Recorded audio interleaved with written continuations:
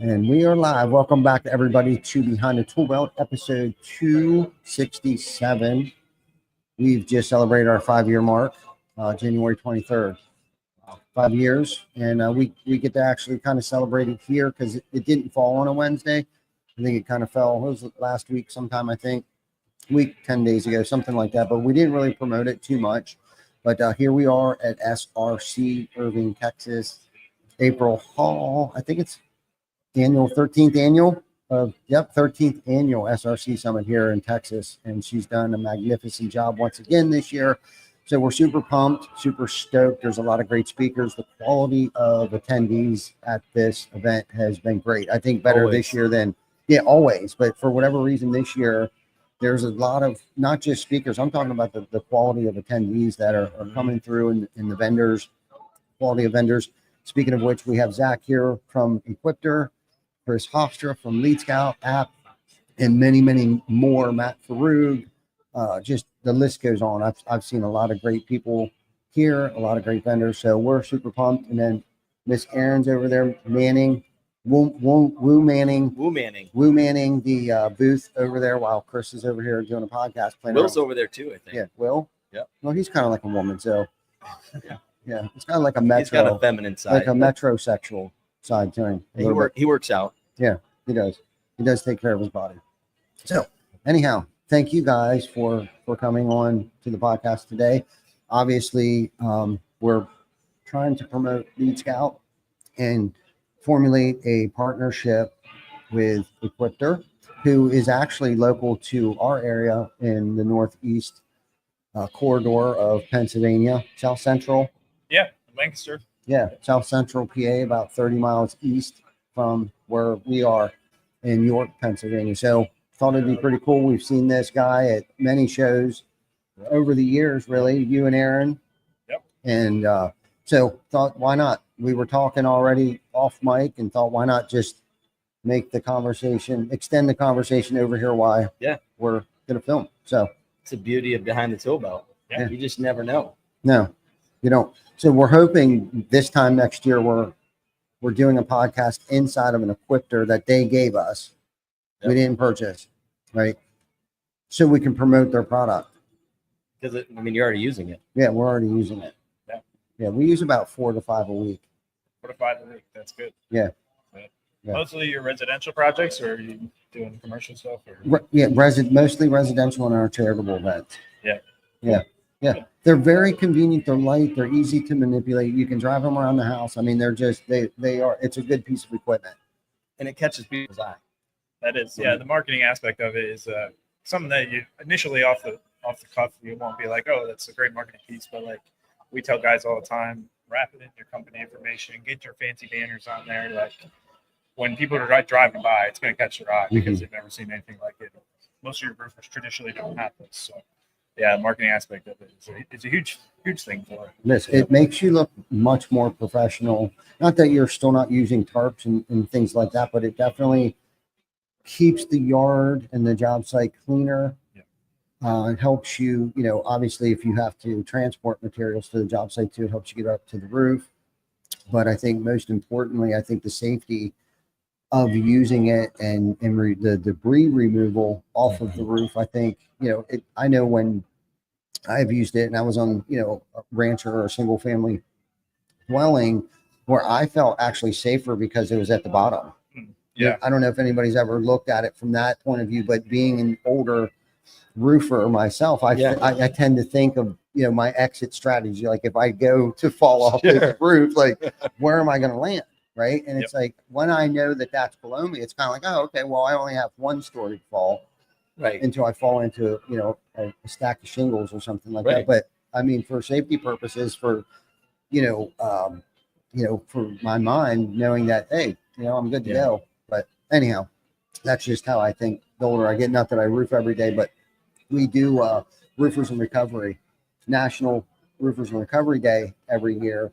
And typically we'll have an Equipter there. So we get everybody out there. Kim, like all the girls out of the office, like we're all up there tearing this roof off along with everybody else, the production side, the admin, the salespeople were up there. So we get the Equipter out there. And of course, I'm thinking if one of the girls happened to twist their ankle on a hose or something because Sure. they don't know that you can't step on, your safety line or your hose for your nail gun, or else your feet will come out from underneath you. That at least the equipter's down there. Equipter's there. Yeah, to catch them. Yeah, I'd love to hear more about like how the technology has evolved in the last 5 years, or how long has it been? well, we've been around for 21 years. Oh, okay. So Aaron started it in 2004. He had his roofing company prior to that for about 20 years.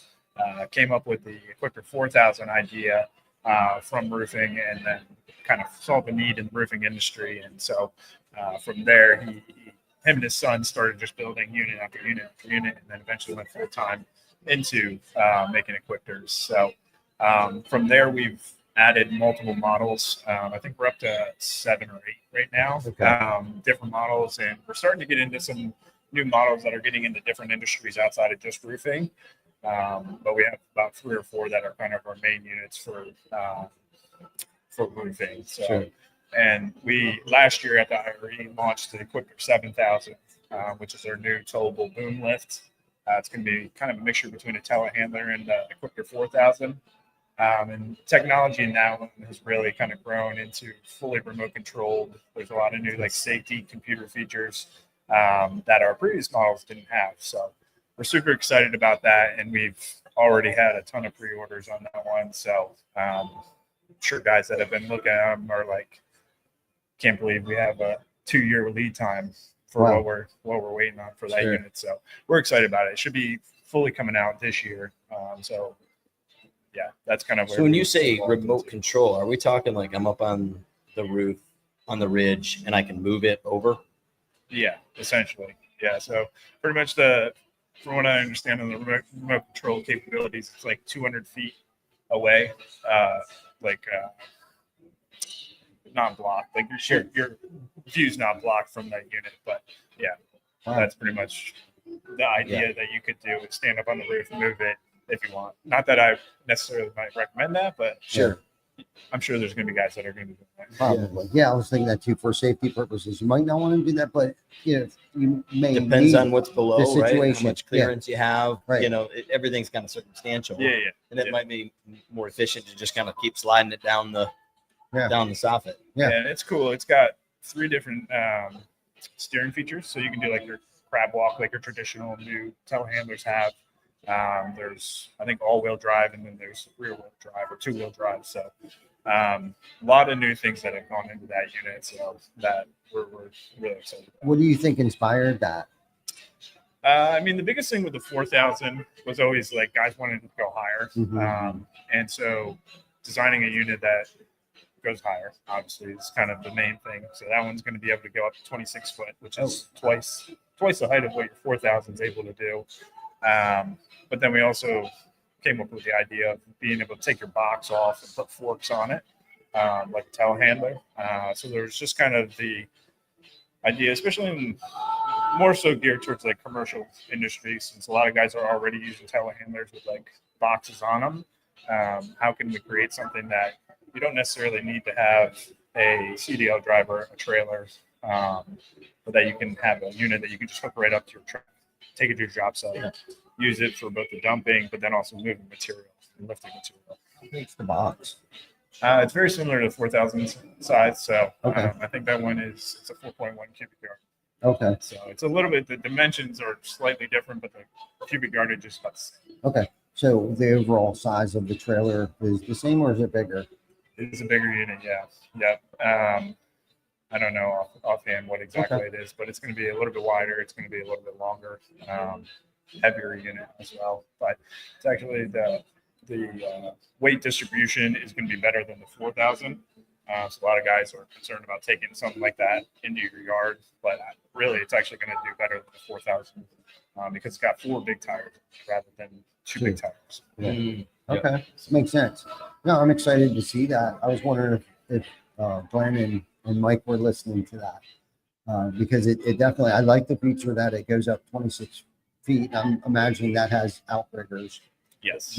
Is that why it's wider and longer to facilitate that type of weight? Yeah. That now it does it like boom out, or does it go It's scissor straight up? It's gonna boom out. So yeah, it's very similar to the telehandler style boom. So you're gonna be going out and Wow, so. that's I bold. mean, weight distribution is probably going to be. It's going to have like a load chart on it. So Okay. different angles, different heights. You're going to be able to probably lift more than 4,000 pounds. But fully extended expectation is 4,000 pounds. Interesting. Do you think it's recommended to keep it attached to the truck when doing something like that, or do you think it'll be fully functional without it being attached to the truck? Yeah. You don't. It's going to be very similar. I mean, you're going to be able to drive it around your entire property. Okay. So. Yeah, I was just thinking. I'm always thinking. I'm getting older. I think of safety. I don't know. Yeah. Well, you have more people. Yeah. The more people you have out there using it, Yeah. the risk goes up. Of course. Right? Yeah. The exposure. Yeah. No, that's great. What would you say right now, until you just mentioned this one? What would you say right now is the most popular? Would it be the 4,000? Yeah. And do you think that's because of a price point, or is that just? I think general overall versatility of that unit. And given that it's been out for 21 years now, so it's definitely the most recognized unit of all. But probably, I'd say 90 to 95% of what we do is that unit as far as sales go right now. So, yeah, and it's 1 and 2 story residential roofing. Like that's gonna be the model that you're gonna want to go with. Even with the new one coming out, like from some of the guys that we've talked to that are kind of testing using the product already. I think it's more geared towards commercial applications and then higher end, bigger residential projects. So a lot of guys are still sticking with their 4,000s, and maybe they'll add the 7,000 when they get into those bigger projects or commercial projects. So how many guys or how often are guys getting the custom TC backer put on the side of the equipter? And are you doing that, or are they kind of in charge of doing the wrap? We don't have that option. Yeah, so everything is going to be done by someone locally to them. Sure. But I would say majority. It depends on like if it's a subcontractor versus general contractor who purchases it. Usually, if it's a subcontractor, they're just keeping our equipter stuff on because they're obviously not going to be branding their GC's jobs with their company information. But those general contractors are really, I would say, majority of the time, 75% or more are probably doing that. Yeah. So I know for me, when I sell a unit, that's my second follow-up email is talking to them about the marketing aspect and trying to get them to brand it, because I mean, it's going to help pay for that investment by having that, because you go into, like I said earlier, you go into neighborhoods, people are asking about it and people are looking at it. And if you can have a giant billboard on your project, like, it just seems like I mean, you made the investment in the unit itself. And, Ty, you talk so much about touches, it's just, I mean, you can't even really count how many potential touches, just like, your job signs and things like that. I was asking Dope Marketing, they're here, what they're doing, and, what are they really seeing, have the most adoption and yard signs by far. Right. And you just have to, it's almost like it should be a standard. I think maybe that's a little cliche now because I think everybody is doing that, but I think you also probably see a lot of jobs that still don't have yard signs, right? Yeah. It's just a missed opportunity. It really is. No, to captivate and stand out. I mean, the equipter has definitely been one of those factors in being able to stand out, look more professional, keep the job more organized. And, the cool thing about it is too, so typically Mike and I, or actually Glenn and I were just talking about this morning, the old school traditional dump trailer, and you typically, unless you have a newer truck with a backup camera, you need 2 guys. So go pick up the dump trailer and take it to the dump. Well, you need at least somebody there to, no, go back up. Whoa, stop. No, pull forward again and get over, but with the equipter, you literally just drive it over to your hitch and drop it right onto the hitch. I mean, it is like we rent them. So we do help, the cause, promote Lead Scout equipter, but they are slick as shit. And why I've never just bit the bullet and bought one. I almost bought one from John, the guy that we rent them from, but I thought for an extra whatever XYZ, I would probably be able to buy one. But we've just invested in other things, and the timing hasn't been right. But I think I'm digging this 7,000. Mike, I don't know if you heard him talking about this new product that they're launching this year. You should talk to John. He has one for rent. Oh, really? Yeah. So if you want to try it, connect with him. He has one. He's So, probably one of your best salespeople. You don't even have to pay him to be a salesperson. yeah. He does all right. He likes to sell some used units He's a to our customers salesperson too. that But buys the product every day. no, we appreciate John. He's a good guy. I bet. Yeah, no, it's great. No, I'm kind of excited to maybe we will bite the bullet on this 7,000 version of the Equipter. Especially if you're getting it for free. Yeah.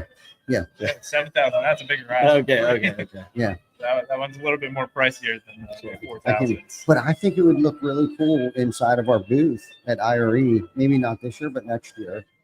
We could launch your new product. Maybe you'll come out with the 8,000 by then. Right.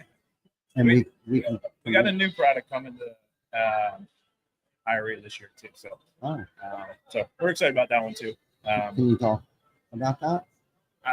Probably not. Okay. Probably I shouldn't. We just know it's coming. Yeah. Yeah. Okay. So All right. Well, we'll it's talk nothing- offline then. Nothing huge, but it's a new product. Okay. No, that's great. So, how long have you been working with Equipter? I know we've known each other for at least 2 years 2 now. years. Yeah. No, I've been. This will be my 4th year in July. Okay. Yep. What inspired you or encouraged you to go work for Equipter? My wife wanted to be a stay-at-home mom, so I needed a job that was going to pay a little bit more than what I was doing. It is a sales job, so something that I kind of had to work for, but gave me a good opportunity. It was an awesome product to sell. I got it right from the beginning as far as like the value of it. So something that I felt confident in going out there and trying to get people to buy. Whereas other products, I don't know if I could say the same, but yeah, that was just something that I started out with and I grew into, and I've really enjoyed my time so far. Learning how to be a better salesman. It was my first sales job, so I'm glad they kind of took a leap of faith with me and gave me a shot. Yeah. Speaking of staying at home, the first time I met you, you had your wife and kids with you. My 1-year-old at the Or time, yeah. Okay, So she's turning 3 in about 2 weeks now. So awesome. it's been a while since that ice storm, and I have another one that just turned 1 a couple weeks ago. So Yeah, that was Denton, Texas, right? Denton, Texas, yeah, SRC 2023. yeah, that was a mess. Yeah. So it was a good time though. I mean, we really got to kind of be Oh, intentional yeah. with everybody and like the people that were there. Like I don't know, just kind of it was a Cool. I thought cooler it added a atmosphere. really cool element to Yeah. the community aspect of SRC. Yeah, for sure. Yeah, and the venue was cool. The hotel was nice. Everything we needed was right there. Right The there, yeah. restaurant was good. There was restaurants within walking distance, and it was good. That was probably one of my favorite shows because of that quarantine that we had to experience. Yeah, a good version of that. Yeah, so but it was fun. It was a lot of fun. I always typically rent a 4-wheel drive, and we're from the north, so it was like, yeah, we found a Buc-ee's at like 2 a.m. in the morning, so we were like the only people on the road, and I've never been to Buc-ee's, so that was a complete experience in itself. Was experiencing Buc-ee's during an ice storm, but like I was gonna say thousands of people. There probably was thousands of people there. 2 a.m. in the morning, the only place open. Remotely, probably within a 50-mile radius of Denton, Texas. So everybody and their brother were at Buc-ee's, and man, they just sold everything, and like anything from cowboy hats to shoes to food to making their own beef jerky and stuff. So if you haven't ever experienced the Buc-ee's, I highly recommend at least once. We drove past it, the one that was close by there, and yeah, that was crazy. That was huge. Never seen anything like that. Yeah, it's fun. It's definitely that. Thank you, Gio. Okay, so let's change pace here a little bit, man. And this morning I woke up and I was thinking to myself, we went out to dinner last night, and it was cool to watch a group full of leaders sitting there, right? The who's who of TC Backer and the who's who of Lead Scout sitting there. Okay. And I strategically placed myself in the middle of the table so I could kind of camaraderie with everybody sitting there. I didn't want to sit down at the one end and not have a conversation with you or Will or Glenn or Mike. or Martine or Gio. And I thought to myself, what does leadership really mean to me today? Right. 10 years ago, something totally different. And I just thought it was really nice to watch you with your team. Okay. And the laughter and the leadership that you display, and Mike, who runs our complete southeast region of the country, Glenn, who runs the entire Mid-Atlantic, not quite 9 states, but a lot, five out of the 9 that we operate out of, and of course Vic sitting there, who's the man behind the scene and stuff. It just made my heart happy today, and thinking, what does leadership actually mean to me today? And somebody would ask me that question. I'm not going to answer it right now, but Chris, I think I want to hear your spin on where you're at in the season of your life. Like, what does leadership actually mean to you today? Yeah, that's a great question. I feel like Lead Scout, we've been around 5 years. The product has changed a ton, but the team hasn't really. It's kind of been me and a couple of our co-founders, and just kind of hustling and grinding, kind of a owner operator kind of mentality, which I think a lot of roofers here today can resonate with. And now Erin's been with us for a couple of years. Will just started with us. We've got another person hopefully coming soon. If she's listening, that hopefully is exciting for her to hear us say that. So I think the answer is I'm trying to learn that, and I think part of, what I intend to bring to this team and to leadership is just, getting to know them, getting to know why they're there. It's kind of like when you made the switch to Equipter, there was a reason behind that, right? There's something that's driving you to do well at Equipter. Getting to understand the people that are coming into Lead Scout and why are they here, right? And acknowledging the fact that we might just be a stepping stone, right? We might be just a stop in their journey, right? And so what can we do to ensure that whether they're here for a few months or a few years, that they look back and they say, man, I'm so glad that I had that time at Lead Scout. And I think that's kind of, my hope, my goal. And, a lot of that has to do with just the places I've been, the companies that I've worked for, and the leadership that was there, and the way that they invested in me, regardless if I was committed for 10 years or 10 months. In fact, one of the companies I worked for is a publicly traded national company, because I came from the freight business. And so, I went to Fort Smith, Arkansas was our corporate headquarters. And I went there for a week training. And I mean, this was incredible in-depth training on, how to sell this product, that we were selling. And, in kind of their storytelling, the founder of the company was asked one time when they were building this training program, you're investing a lot of time and money into these people that just got signed on, right? What if they leave? Right? I mean, you're giving them all the industry insights and kind of as we would say, kind of the secret sauce, right? We're instilling all this information and downloading all this information. What if they leave and go work for one of the competitors? And I'm blanking on the name of the founder, but he said, well, what if I don't and they stay? Mm-hmm. Yeah. So the reality is regardless if they're planning on being there for 5 years, like you've been with Equipter for 5 years or 5 months, it's our obligation to make sure we're setting them up for the most success possible. And it doesn't really matter, because we might just be a stop along the way. Mm-hmm. And unfortunately, if we don't do that and they stay, that's worse.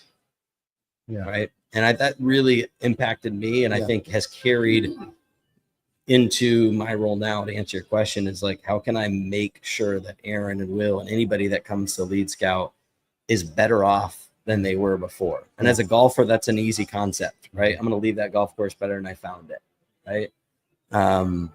And that's a job as leaders, I think, with our employees. Yeah, great response. So this leads me to my other question. So with you working at other places, was there somebody or something that you've picked up that you've implemented today in your leadership style? Nothing's coming to mind.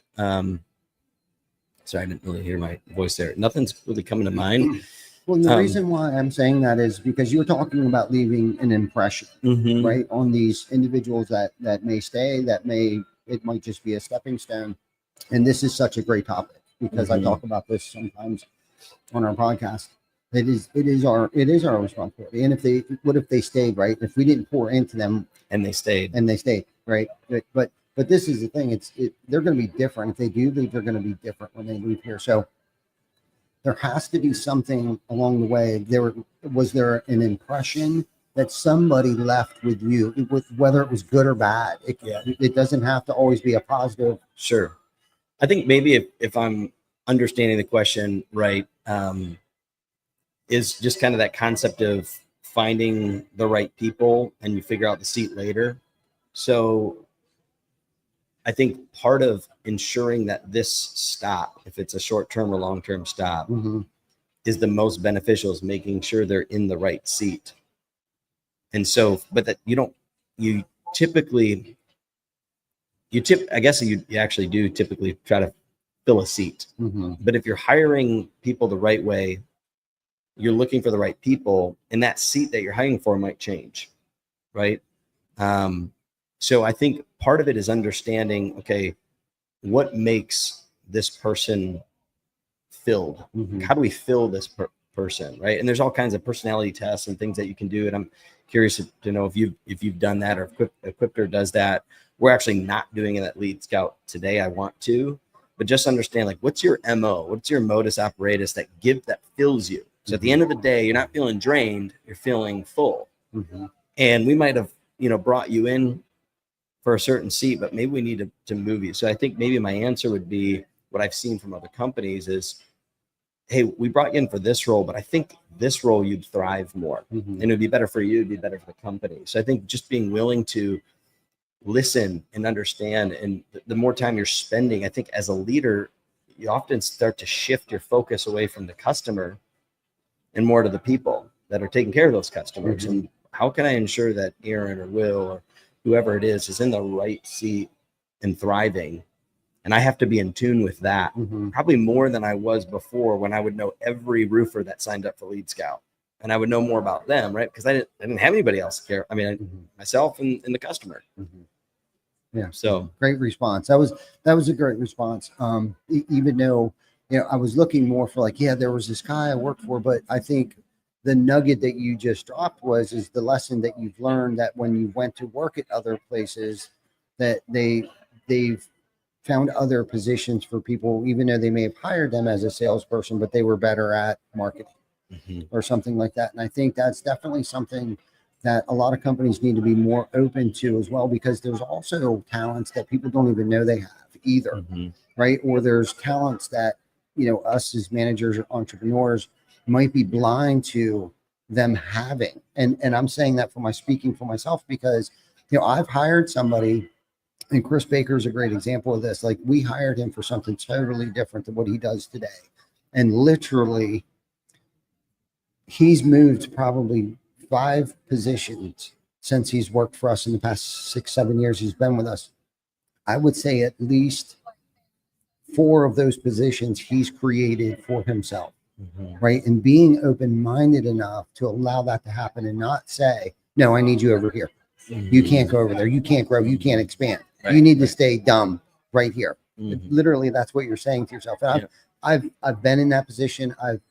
I've been narrow-minded myself and thought that way, like, no, you're more important over here, right? Out of fear of lack of sales, if I move this person out of a sales position or whatever the case might be, but to allow enough room for people to grow and flourish in is definitely a great mindset to have as a leader, right? Like, and one of our key factors that we need to have too is identifying that earlier than, sooner than later, is finding people's talents and knowing their strengths and their weaknesses. Just because they have weaknesses doesn't mean that they don't have strengths. So it is our position, it is our job to put them in a position where they're going to grow and expand because they're stronger over here. It is our job to set them up for success and not failure. And I think if you can keep that open mind and allow them to have an open mind and an opinion and a thought and empower them and give them ownership in a project and create a task for them to manage that project. I call people PMs, like you're PMing this project. Mm-hmm. And when you can do that for someone, like really, and then when they come to you and ask you questions, like, no, you decide. Yeah. And when you can say that and feel confident enough that, in yourself, and really that's at the end of the day, it's about how confident I feel about myself. And I'm, I'd like to get some input and yeah, I'd love to hear insight from your experience of your career. Yeah. I know it's a little off, Yep. but this is typically the shit that we talk about behind the tool belt, and hence where kind of the name behind the tool belt came from, like the good, the bad, and the ugly. And I know for a fact that you work for a great company. So why don't you give us a scenario where, like, wherever you were before compared to where it is now and what you've learned from both? Great question. Yeah. I think previously I was at a company that did exporting to Bermuda.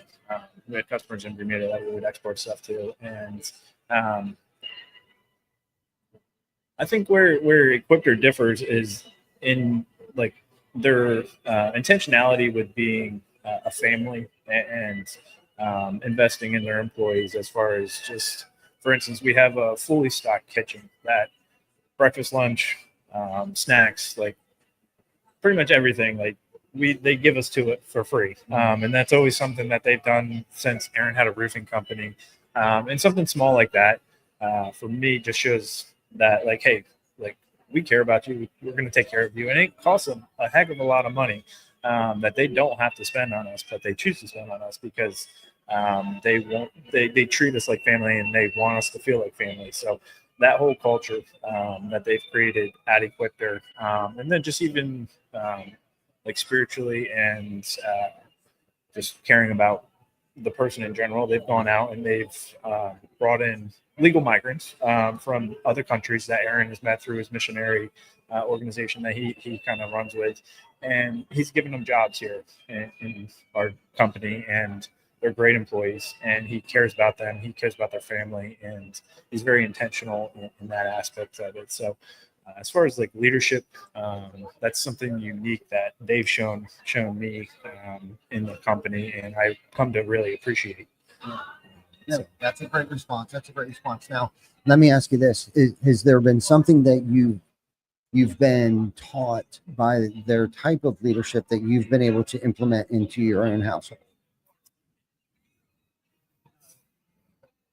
Like whether it was a spiritual aspect or because you're a leader, whether you're a sales manager, you're the leader of your household. Yeah. Right. So we're all in this building. We're all leaders. Okay. Yes. Whatever domain you're in. So is there something that you may do differently now in your household because of the impact that working at Equipter has had on you? Yeah. To your spiritual point, I think that has been a huge thing for me, and for leading my family in that aspect. It's not just where we're like, oh, I'm going to read my Bible right now. It's everyday things. It's everyday thoughts, everyday actions that you guys that I'm doing with my family. That not only do I need to trust in God, or do I need to put my faith in God, but looking to him for guidance, for wisdom, for leadership in that aspect. And for them, it's for Aaron, Dave, and Ray, for them, that's huge. It's like, whether we're going to be a $35 million company or we're going to be a $25 million company, like, God is in control, and we can trust in him and know that he's going to give us everything that we need. And like, he's going to provide the people to work here. He's going to provide the sales. He's going to provide the leads generated. Like, they fully trust in God no matter what. And that to me is very encouraging, but also very respectful. Mm-hmm. So, yeah, I just to add to that, as a fellow father and husband, I think there's these times when we get to our end, right? And it doesn't have to be this, big moment, but just maybe it's just a day we're having a hard time parenting. We just don't have the patience. We're short tempered or, whatever. And, I think, I'm blessed to have a wife that cares about me in a spiritual sense. So when I'm having a bad day, for whatever reason, a lot of times her first question is, have you prayed about it? And, Ty, you always say, I'm not a Bible thumper, but I get on my knees all the time, and it's kind of the same thing. And where does our help come from? Where does our support come from? Because we all, as humans, whether you have a faith in God or not, you get to the end of yourself and there's nothing else there. Right. And I mean, if we're going to get spiritual about it, I think there's a rhetoric, there's a message out there that says you just have to dig deeper in yourself or something. But unfortunately, you're not going to find that help. And you're just going to keep digging. It's a bottomless hole until you find where the real help comes from. And I think so, to your point, when you see a company that seeks the real helper, then when you're in those moments at home or with a customer or with people that you're working with or managing, and you realize that whatever it is that you thought you had, you're failing at, and it might just be that day or that moment, having an example of like, where can I get help? And it could be in a fellow employee, it could be a friend. I think God shows up through those scenarios as well. Sometimes it's just getting on your knees and saying, Lord, I need help. Like I was, pardon my French, I shit the bed with how I handled that situation with my daughter and my son. I let my own pride or I let my own issues from the day get in the way. And I didn't have the mercy or the patience that I should have had that you have with me, Lord. And so I need your help. So I think, Ty, you exhibit that in your leadership with your company. You talk about it all the time on the show and behind the show about where you seek help.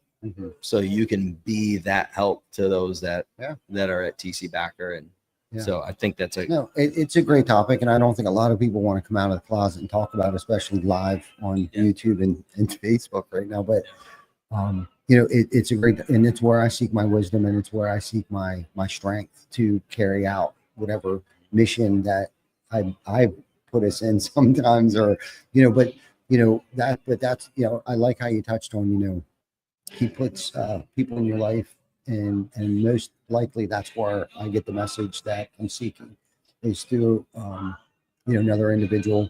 Not that I don't get thoughts, right? Nobody speaks to me,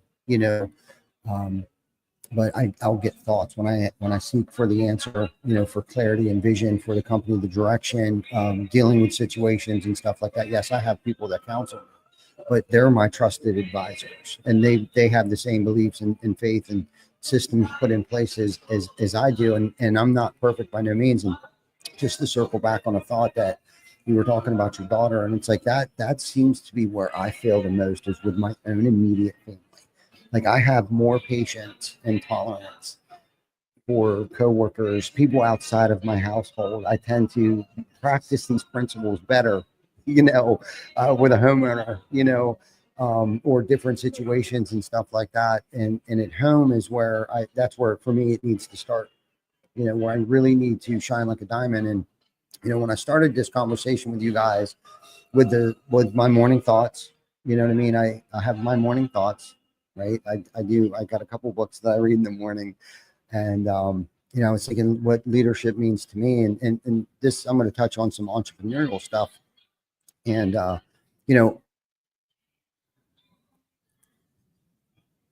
getting into business, being a business owner for me in the season that I'm in right now. And I'm not saying this is why I started out where I was going to start out in business.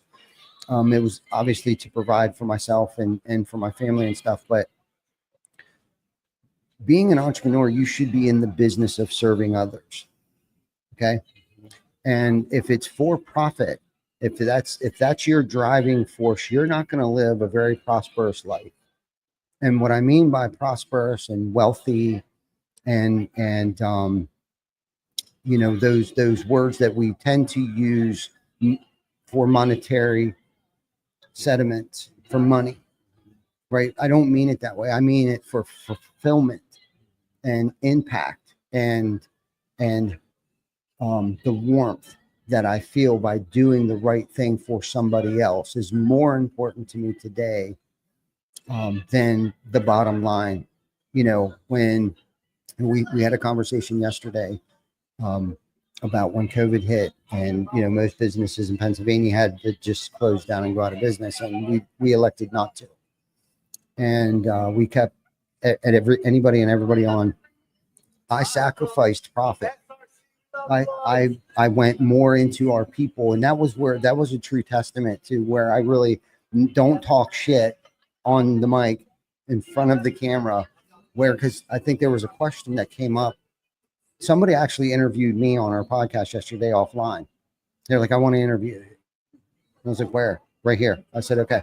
So we started, I was getting pretty deep with some of his questions. And I thought, that's where the rubber met the road for me. And there's been many times, because the questions he was asking me, there wasn't just one time where I've not intentionally tried to show, but just the type of person, I guess, that I am, right, wrong, or indifferent. And it might make me a horrible business person at the end of the day. Who knows? But I know the fulfillment that I feel from the impact that I have. And sitting at that dinner table last night, and the impact that we're having on each other, all of us. We couldn't do any of this without each other, first and foremost. And not one time have we talked about money or profit or any of these things. Yeah, well, yes, it's important. Okay, I'm not being ignorant to the fact that but what seems to happen is when you get your priorities straight, that we get rewarded 10x, tenfold by continuously showing up, suiting up, and doing the next right thing, especially when nobody's watching.